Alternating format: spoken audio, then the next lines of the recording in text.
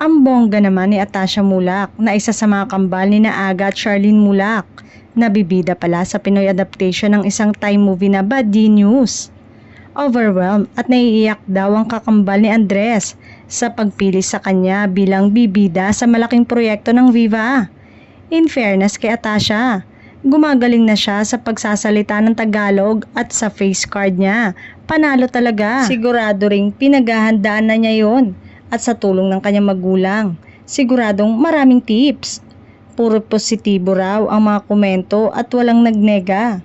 Good choice dahil ang laki raw ng hawig sa bida ng Thai version ni Atasha. Makakasama ni Atasha sa series sina Jairus Aquino, Hyacinth Callado, Gab Lagman, Grace Andison at Patrick Tioseco. Sinabi naman ng direktor na si Derek Cabrido na mas lalong magkakaroon ng malalim na pag-intindi sa series ang mga viewers sa mga karakter lalo na sa kwento nito. From positive and jolly Atasha, matutunghayan sa series ang kanyang different side na more serious.